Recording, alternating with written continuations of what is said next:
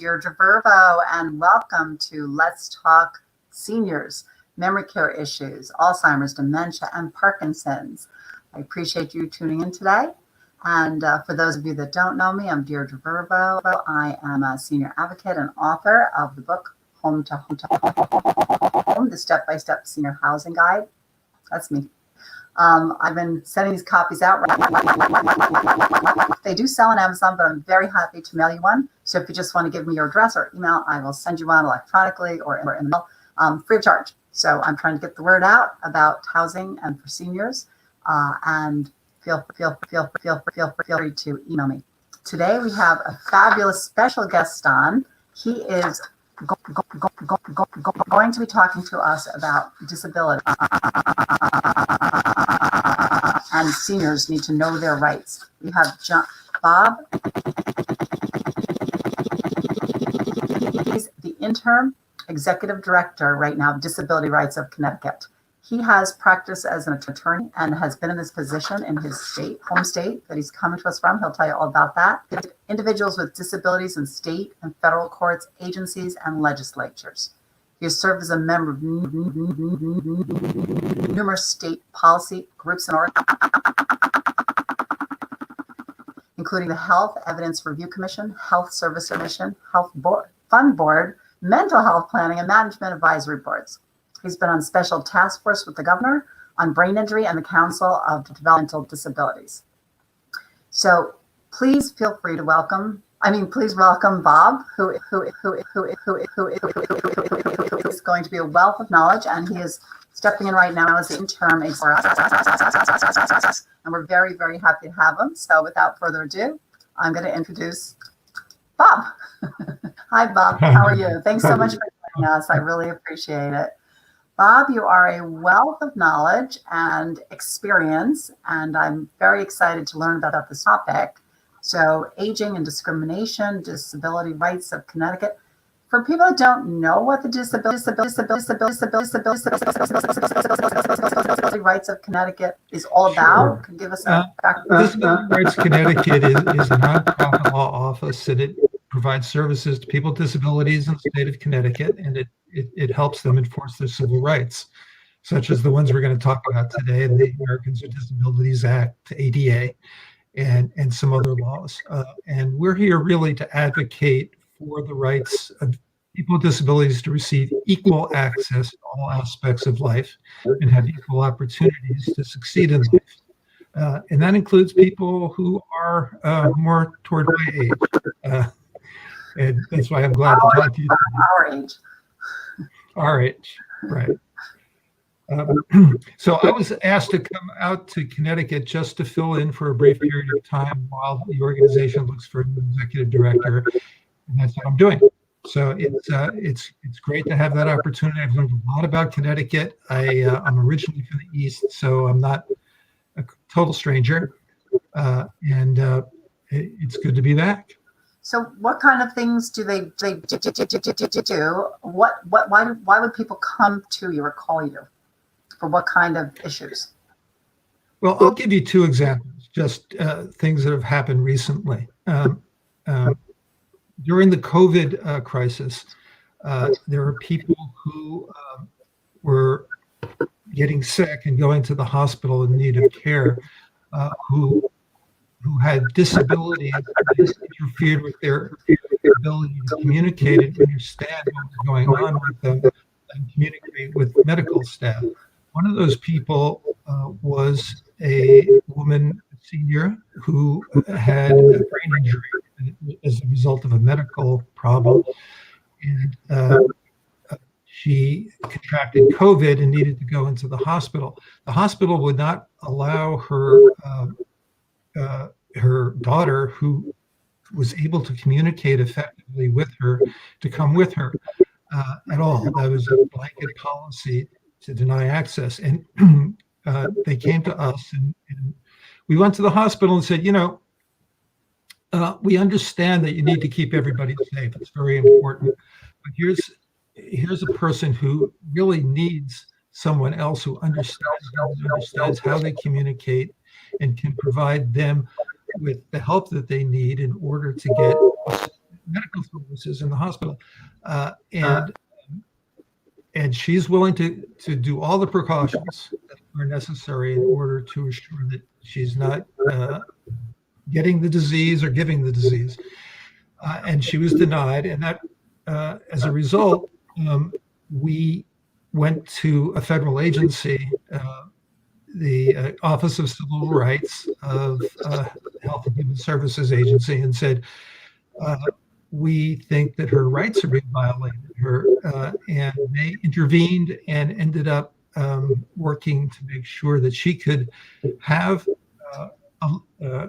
her daughter and another person who could tag team in, again, using all of the personal protective equipment and making sure that they were tested to help their mom get through this ordeal, very scary ordeal. And so in that particular case, this was a situation in which a person had special needs that were associated with their disability, and we were able to use the law to enforce them and make sure that she was able to get better. And in fact, I'm happy to report that she has gotten better and has been able to go home.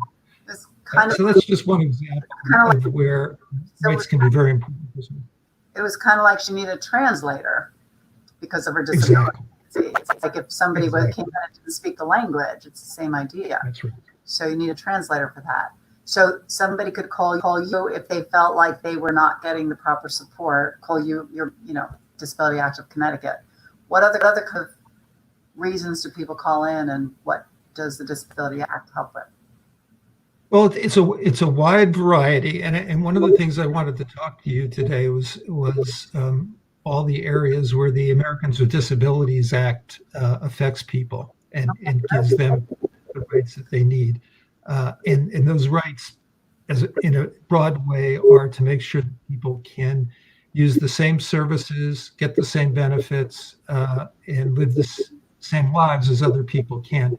And as you know, many seniors, as you get to a certain point in life, you can experience health problems or difficulties that you just didn't have when you were younger, but interfere with your ability to do things you used to do. Sometimes you need extra help, or you need some changes in how procedures are done in businesses or in stores or in hospitals, so that you can fully participate in life. And I'll get down to some of the specifics, which I wanted to talk to you about today, because we are coming up on the 30th anniversary of the Americans with Disabilities Act. Nice. This was a law that was enacted in July of 1990, signed by President George Herbert Walker Bush, who recognized that we all do better, society does better, and people do better when they have equal access to the world. So let's talk a little bit about it. I'm ready to go. So that law was put into place really because the country was missing out of being able to take advantage of people's talents and skills and abilities, and creating a lot of work for everybody else. And when I say that, it's because when a person can't, for example, go to the grocery store on their own because there's stairs in front of it, or they can't, there aren't aisles where a person can move their walker, then somebody else has to help them. And oftentimes the person who has to help them is a family member who could be doing something else with their time. So there was a recognition that we were really all losing out on the skills, abilities, and the desire for independence and self-sufficiency that people have. So how could we help with that? So this law was enacted, and it had a variety of features to it, and one had to do with employment. For example, and seniors can experience this as well as anybody else, is that you could be going along doing your job just fine, and all of a sudden you have a health problem. And that health problem interferes with your ability to see or to get into physically get to the place you're going, or maybe you don't have the energy you once did, so you need a little break to rest up. Maybe you need some quiet time. These are some changes to how things ordinarily work. And there were people, it has been not unusual for employers to say, hey, I don't want to do anything differently, even if it doesn't cost me any money, even if it's easy. It's just too much trouble, and terminating a person or limiting their employment. And this law said, no, that's wrong. It's taking away a person's opportunity to work, to be self-sufficient, to be independent, and that we believe that employers should make small changes or changes that don't bust the bank for the employer in order to allow people to be productive and to keep working. So that's what the employment part is about. There's also similar provisions under that law for public services. So if you go into a government office, that government office has to be able to, you need to be able to get into that office if you have a wheelchair or you have a walker or you have crutches, which also helps people who have strollers, and if you have trouble hearing, they need to be able to present you information in a way that you can hear, or you have another way to get the information. And so makes changes that are reasonable so that everybody can get that public service. There's a whole other part of the law about stores and businesses and websites and TV shows that say that everybody should be able to use those. So that's why you see that captioning on the bottom of some TVs, or go to the movies, be able to sit and watch into the movie theater, to have a seat that's reasonable, and be able to know what's going on. So, Bob, you say like stores and all have to wheelchair ramps and like may present a price list in writing if somebody's hard of hearing, things like this. Is there a way they get funding for that, or is it just they have to fund it themselves? For what are changes such as not having stairs in front of your business, for example? The way the law says is that businesses need to build that into their regular expenses. And I'll tell you why. It used to be, I mean, for years and years, the world was built, businesses were built, public services were built only for a small percentage of people, or for about 20% of people were kind of left out. So when you built, say, a subway system, and the only way to get there was on stairs, you knew that that meant only a certain percentage of people could use it. And so what the Americans with Disabilities Act said was that, we want as many people to use these things as possible. And rather than treat people with disabilities, seniors, younger people, children, as broken, who need to be fixed to be like everybody else, we can make some changes to the environment. We can make some changes to our practices so that more people can be involved. And if more people are involved, we all benefit. So what it anticipated was that over time, people, when they built new things, when they made adjustments, major changes to their store or business, that they would build into the cost of that equal access for everyone. And so it's really changing the environment in which we live slowly. Now we're 30 years into the Americans with Disabilities Act, and it's not as if every sidewalk in the state has a curb cut. And going around and making every sidewalk have a curb cut on it at one time would be very, very expensive. But if you do it over the course of time, what you're just doing is slowly and deliberately making a world that everybody who uses wheels to transport can use. So what about if somebody in a wheelchair applies for an apartment house that doesn't have an elevator or a wheelchair ramp? Is that like, would they call your agency and require it? Is there a requirement for housing to have that? A person who has trouble with finding a place to live that has accessible features can call us. There is a special law called the Fair Housing Act that has to do with housing issues, and it's a little complicated. So it's good to have somebody to run through it. The types of things that can happen in housing are not only that it's hard to get in to an apartment. Sometimes you don't realize some of the problems that can exist for somebody unless you're the one who's got the problem. So if you're in a wheelchair, you may notice that you can't get into the bathroom, whereas if you're not, that's not a problem for you, or that you can get into the bedroom. There are questions about parking spots.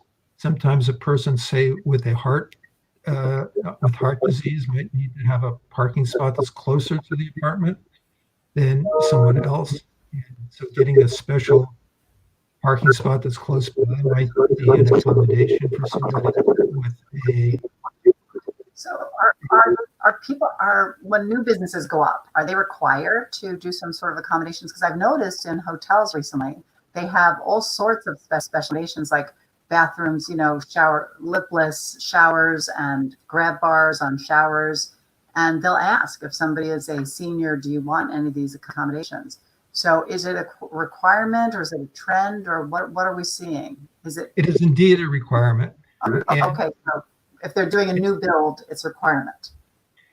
Yes, and I can tell you, grab bars is a perfect example of something that really helps everyone, even if you don't have a disability. I have installed grab bars in all of my bathrooms, and it's really a big help, and I don't consider myself to be disabled. Yeah, bathrooms are slippery. It's funny because I'm opening up, I think I told you, I'm opening up this week a senior living facility for memory care, memory care, seniors that need memory care. But I specially built it with everything you're talking about. I specially built it with special sinks made so that a wheelchair could go under that.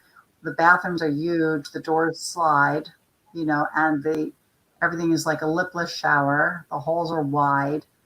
There's ramps, so they can. So not just getting in; they have to get out in case there's a fire or anything happens. Right? You have to be safe. You can't be stuck somewhere. So it's yes, grab bars around the toilets, grab bars everywhere is helpful. But you also, safety. If you were there by yourself in a wheelchair, you need to be able to get out of places. But so I had to living in one of my houses before, and they asked if they can install a ramp. It was about 15 years ago. And I said, sure. It was a 6-family house. I didn't know what the requirement was, but they installed it themselves. They had they got some sort of funding to do it. So I don't know if the people with disabilities themselves, is there a place they get funding to install ramps when they're moving into a house or an apartment? There are social agencies that will provide help to people who need to, say, a tenant who needs some change in their environment. Usually, if a tenant needs to have a change, they have to provide that themselves. The landlord has to allow them to install it as long as they're not tearing the whole place down. You know what I mean? And the person has to remove it when they leave. But they have a right to install those modifications to make the place more accessible. So there's rules like that, again, these are the types of things that a person might call Disability Rights Connecticut about, so that they know what their rights and obligations are. And Bob, is there also like a quota that stores and businesses have to have to employ disabled individuals? No, there's no quotas. The way that the employment law works is that business, just like with any other protected class people, the employer isn't supposed to discriminate against them. They're not supposed to treat people differently. Now, there can be certain situations in which an employer does have an obligation to provide some change in how they do business that isn't major, but can allow a person to be as productive as possible. And that can be anywhere from having a special chair, a desk height, a larger monitor, a computer screen, a variety of adjustments that can be made. And what I like to say is that this idea should apply to everybody. If you're an employer, and I've been an employer for years, you want your employees to be as productive as possible and not and comfortable. And comfortable. Well, you have to be comfortable to do a good job. So if you have somebody who's doing who's a good employee, you want to make those adjustments for them. And the same thing goes for someone who has a disability. So it's just trying to make sure that people who have conditions that create more need for them can be accommodated. Another example of that, I'll just throw it out, is that maybe some of your watchers or listeners have experienced this, is if you get a diagnosis of a particular disease, now you have a big question in front of you, like if you're employed, do I tell my employer about that?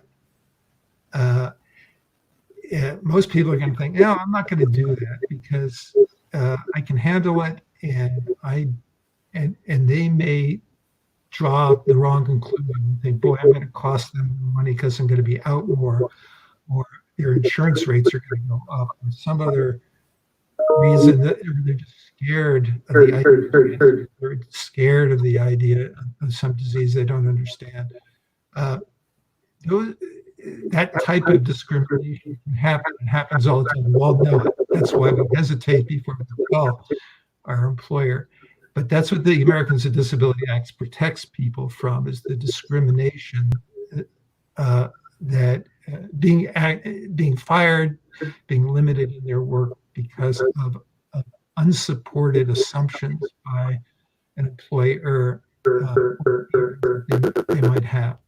Does that include pregnancy, Bob? Does that? Oh, yeah. Really? That includes if you're pregnant. Let's say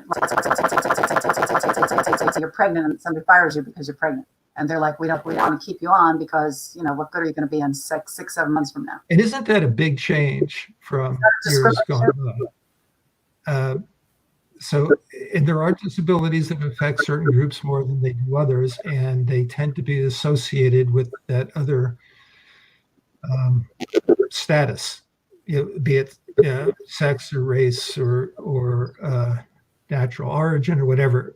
So these factors can combine. And the term that's used in the biz is intersectionality. There can be types of discrimination that occur that blend different types of identities together. My girlfriend from Chile told me that years ago in Chile, nobody would hire you if you're a young married woman because they had to pay maternity leave, and so they just discriminate against hiring young women because they knew probably probability of them getting pregnant within a year or two would be high, so they just were not employable. So that's right there a discrimination. But and there's other laws such as the Family Leave Medical Act and others that have long names like that. that provide additional protections for people who may need time off in order to deal with natural experiences like childbirth or other types of health problems, either for themselves or family members. But for seniors, Bob, you see a lot of things where they're just not allowed in housing, or they're not getting a fair shake in work. What are you seeing more of, most of? You know, many seniors experience a need for additional help. They certainly there's questions about transportation. Can I get to the grocery store in the first place? You know, again, related to problems can affect a person's ability to drive, so they may now need to use an Uber or a Lyft or a taxi. Is that taxi going to take a walker it, along with him? If the person has an assistance animal, this is a whole other area that people can have dogs that provide them some stability in their walking, can perform other services for them.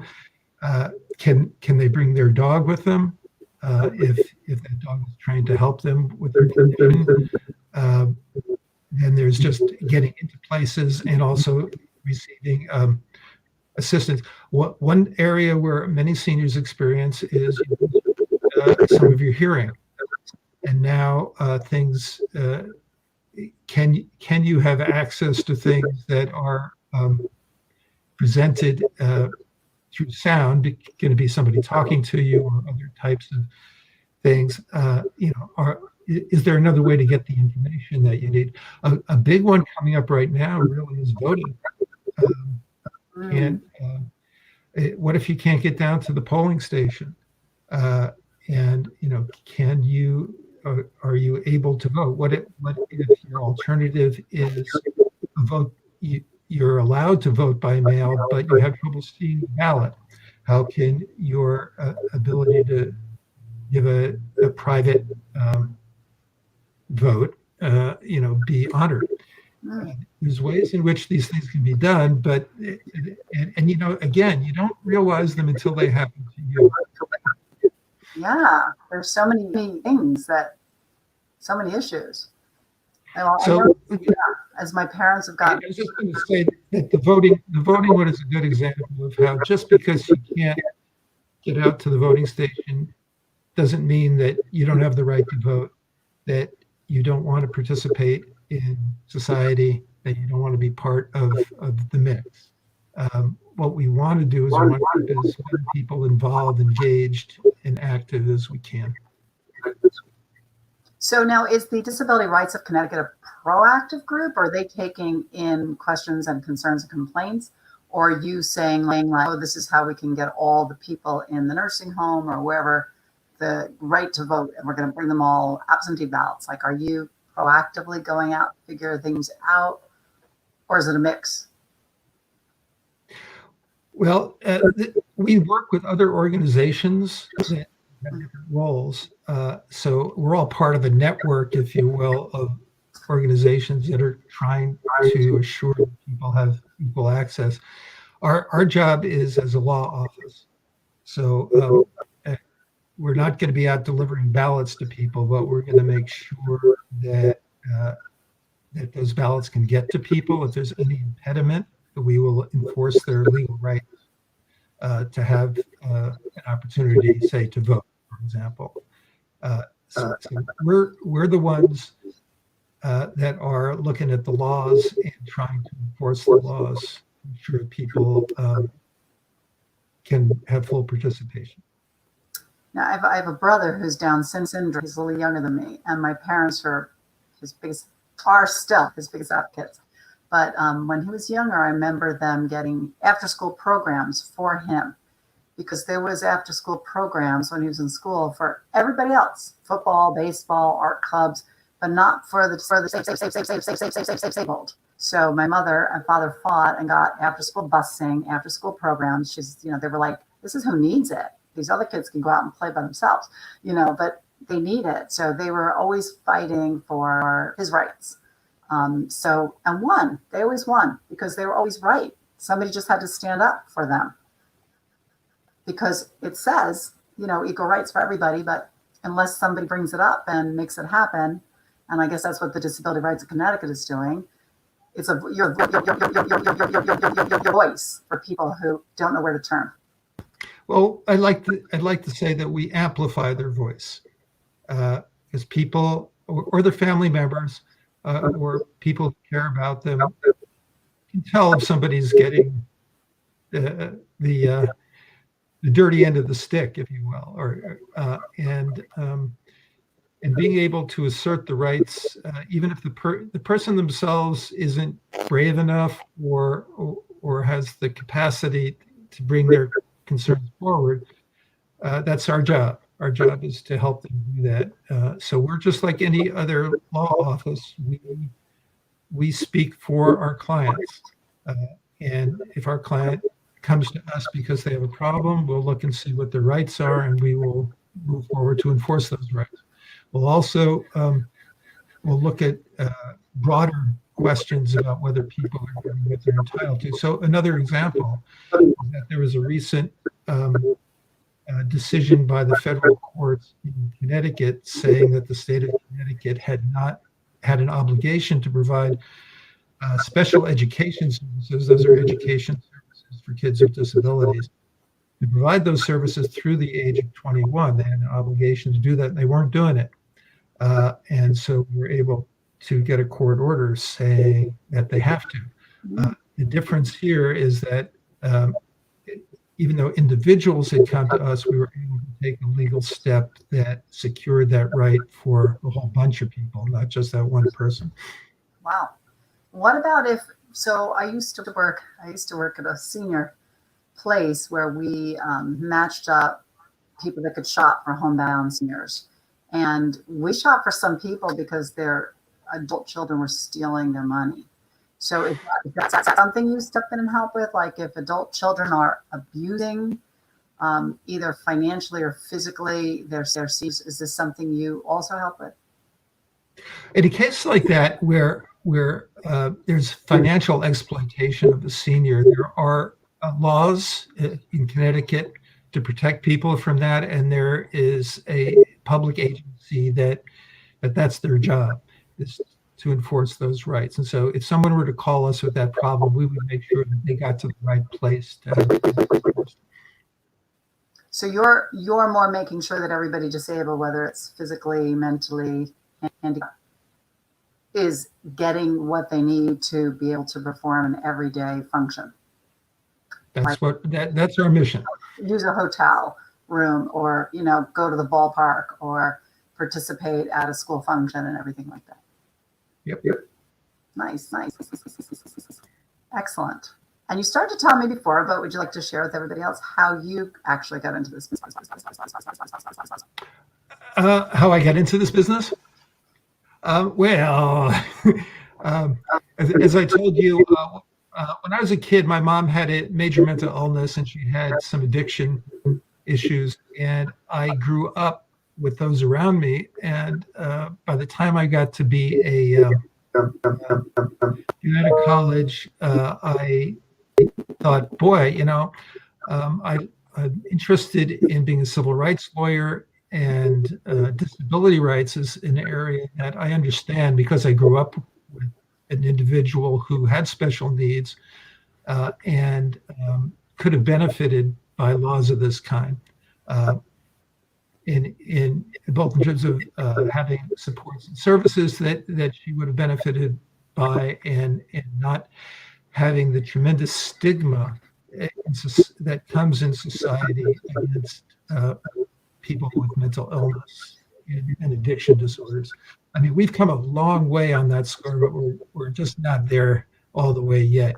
So I've really appreciated being able to do something with my career to help with that. But while I've been doing that, it expanded into areas of physical disabilities, intellectual disabilities, and others where the Americans with Disabilities Act, for example, covers a wide range of disabilities because people experience the same types of things. They experience stigma, they experience exclusion, They experience all being put into one place because it's cheap and easy, like a mental hospital or a nursing home when they don't really need to be there. So, it seemed like a pretty rewarding career to follow, is to help people to overcome those barriers. I think so many people I speak to in this industry have a personal story, are in it for very personal reasons and have a personal story. But I think when you do it for that reason, you're doing it, it's coming from the heart, and you're going to really put your heart and soul into it. So you're going to really make the best of it. And it seems like that's exactly what you did.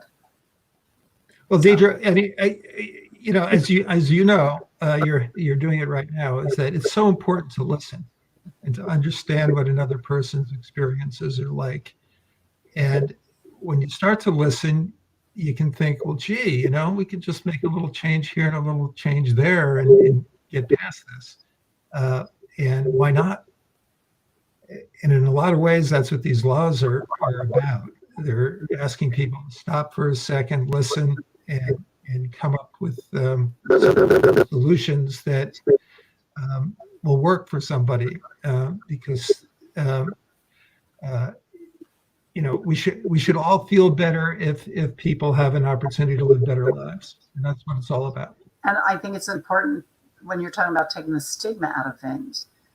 I was recently talking to my relatives that they're from Europe, and they were saying how it is when they come here. Americans will tell you about their problems that they overcame. And they're like, she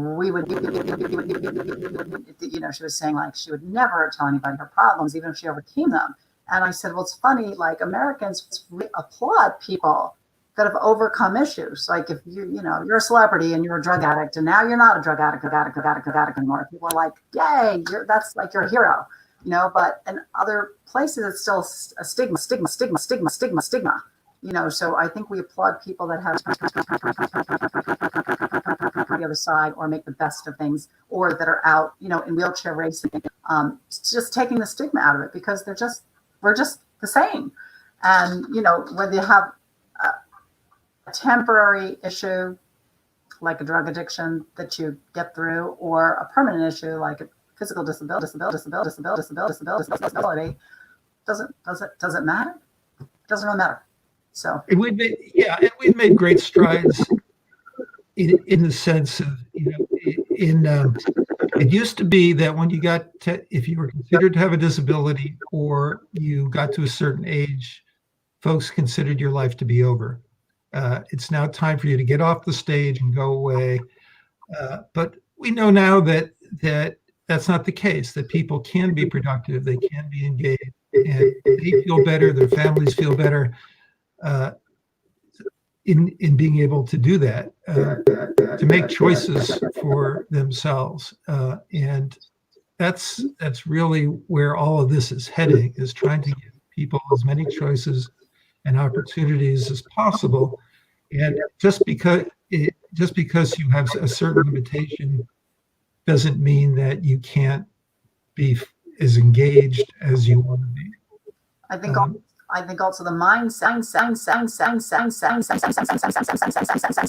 has shifted. Whereas I always say to my friends, it's like because if our parents are living into their mid 90s, we have another 30, 40 years to go. Like there's you're not, why slow down? This is, just because you hit your 60s doesn't mean like retirement. If you're going to live to be 95, what's the deal? Do whatever you want. Keep going. Just, it's a mindset. So, you also have to shift your mindset to keep it open and, fresh. But I love what you're doing with the Disability Rights of Connecticut. I think it's a great organization. How is it staffed? Tell us a little bit about how it's staffed. We have 16 employees. About a quarter of them are lawyers. Others are work in investigations and problem solving for folks who contact us. And we also work with committees and coalitions of other disability groups in order to push policy changes that can be a benefit to folks in Connecticut. So I like to say we have many arrows in our quiver. We try to improve people's lives both through direct legal representation, but also through affecting policies and supporting other groups that are trying to make life better for folks with disabilities. I love it, Bob. It's great. Well, Bob, any parting words for our viewers and our seniors?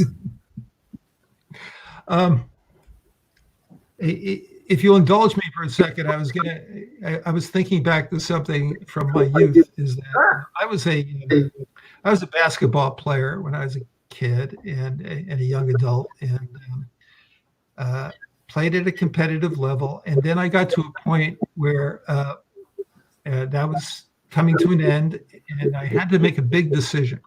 And that was whether just to quit it completely because I couldn't play at the level that I used to, or to keep playing with a bunch of my friends out in gymnasiums around and playgrounds, and just to enjoy it, just to enjoy the experience.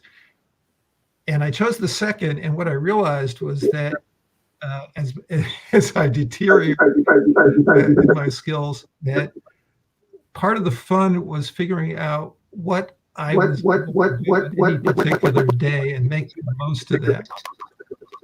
And I think in a lot of ways, particularly for us seniors, figuring out on a day-to-day basis, what's working today, what's feeling good, and how can I make the best use of that? It really the way to go, and it's what these laws really try to support, that people are not, again, considered to be done with their lives, but that people still have something to contribute. So that's the note I'd like to leave it on. We're not putting them on icebergs and have it float away. I appreciate it. Thank you so much, Bob. So if anybody wants to get in touch, there's the number right there, 860-297-4300, Disability Rights of Connecticut. And Bob, you're a great executive director, interim, and I guess you're looking for a new one. But we thank you for being ours right now, even though I know you're clear across the country. Thank you so much for being here with us in Connecticut and being here with us today. And thank you for inviting me. All right, Bob. We will see you again. Much appreciated. All right.